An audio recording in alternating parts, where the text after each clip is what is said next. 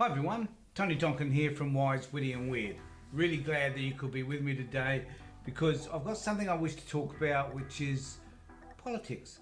Funny about that because politics is something which I am heavily involved in, mainly because I watch a lot of it and that I have a political party called the Child Protection Party.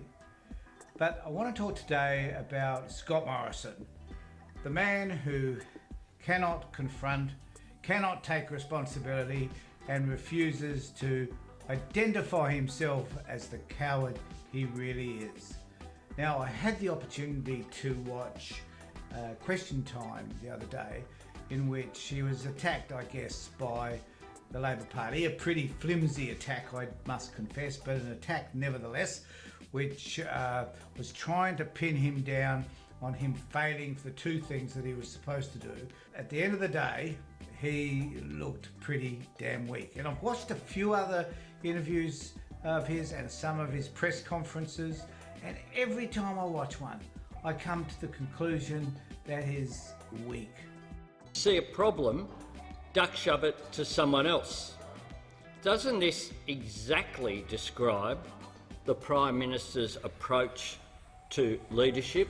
And didn't his own Cabinet Minister nail it? Time has concluded. I call the Prime Minister. Thank you, Mr Speaker. No. Can the Prime Minister confirm that 11 residents and 3 staff at an aged care facility in Newcastle have been infected with COVID? The facility's chief executive says only 1/3 of staff have received even one dose of the vaccine. These workers were meant to be fully vaccinated by Easter. Who's the Prime Minister going to blame for this one? My question is to the Prime Minister. I refer to the Prime Minister's statement in Question Time on Tuesday that, I quote, "Australia is the only country, to the best of our knowledge, that reports quarterly on its emissions reductions." Is the Prime Minister seriously telling the House he has no idea that the United Kingdom, New Zealand, Sweden and the Netherlands have published quarterly greenhouse gas emission statistics for years? Why does the Prime Minister keep making stuff up? Manager of Opposition Business. Thanks, Speaker. My question is to the Prime Minister. Effective public health communication in a pandemic is essential. Can the Prime Minister confirm that translations of vital Commonwealth Government COVID information in languages other than English are almost 2 months out of date? 18 months into the pandemic, who is the Prime Minister going to blame for this? Mr Speaker, my question is to the Prime Minister. People in my electorate of Werriwa are in their 7th week of homeschooling their children while trying to do their own full-time jobs, and they have no idea when it'll end. Isn't it true this wouldn't be happening if the Prime Minister had done his 2 jobs on vaccines and quarantine? Australia are paying the price for the Prime Minister's neglect. Who is he going to blame this time? Who have been attending churches, mosques and temples every week for most of their lives have not been able to go for at least 7 weeks of this year. Isn't it true this wouldn't have happened if the Prime Minister had done his 2 jobs, vaccines and quarantine? Australians are paying the price for the Prime Minister's neglect. Who is he going to blame this time? JobKeeper. They don't know how much longer they can go on. Isn't it true this wouldn't be happening if the Prime Minister had done his 2 jobs on vaccines and quarantine? Australians are paying the price for this Prime Minister's neglect. Who is he going to blame this time? Pretty good administration were slow at authorising or progressing the other vaccines that we also could have been used. So we were only stuck with the 2. And then Morrison got sidetracked because he wanted to be able to make a vaccine here in Australia because he thought that by us doing that, that would make him look, I don't know, kind of creative, inventive. I don't know what it was. But in reality, what it did do was it limited the types of vaccines that we could have here in this country.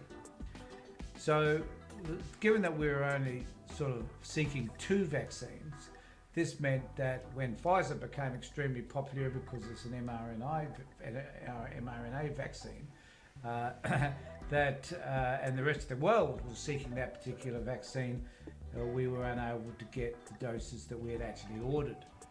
So it was a stuff up. because arrogance tended to dominate their thinking. Arrogant that we had done well, right? Because we had closed down early, because we are an island, and because to a large extent we are compliant. But at the end of the day, there is no doubt he's stuffed up because he couldn't think far enough ahead to organise the vaccines that we needed. Now, in case you haven't noticed, I'm not a Morrison fan, I'm far from it.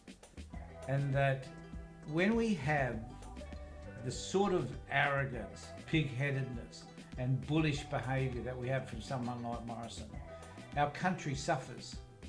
We all suffer. Because the creativity, the innovation that is required, to be able to plan ahead, think about how we're going to have things in the future, just doesn't eventuate. Because they're so focused on the short term.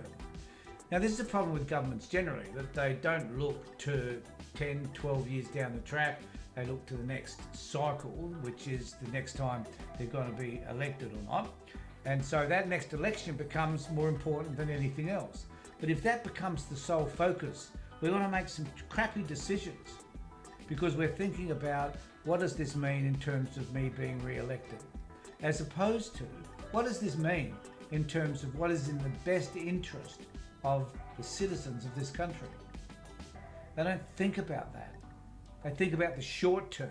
So it becomes about economics, for example, because our greatest fear is that economically we will suffer as a result of the COVID virus.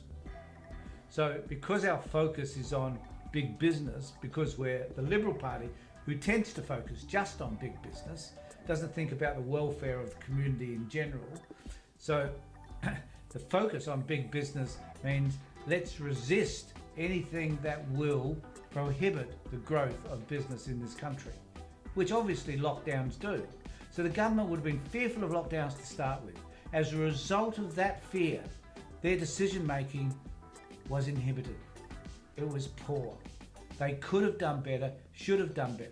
And for that reason, we need to think about what sort of government we want and what sort of people we want running our government that's going to determine the better outcomes for our health and our community. And the sad thing is that the people that are suffering most now, and I know that this was unknown at the time, the people that are suffering the most are the young people. There was a time when, and it was brought out in this presser today, that we focused on the elderly because they were the ones being hospitalised and they were the ones who were dying. And that for some reason we didn't care about them. I can't, for that reason alone, I can't understand why you'd vote for a Conservative Party. It just doesn't make any sense. Because they are not interested in our well-being. Their whole focus is about a fiscal economy and how that is going to operate under extreme circumstances and who's going to lose as a result. They're not interested in chasing up all the money from JobKeeper that was lost and given to people like Harvey Norman. And it is sad, I think, that that type of thinking prohibits and inhibits the decision-making process within our government. Thanks everybody for watching. Take care, look after yourself, and more importantly, be safe.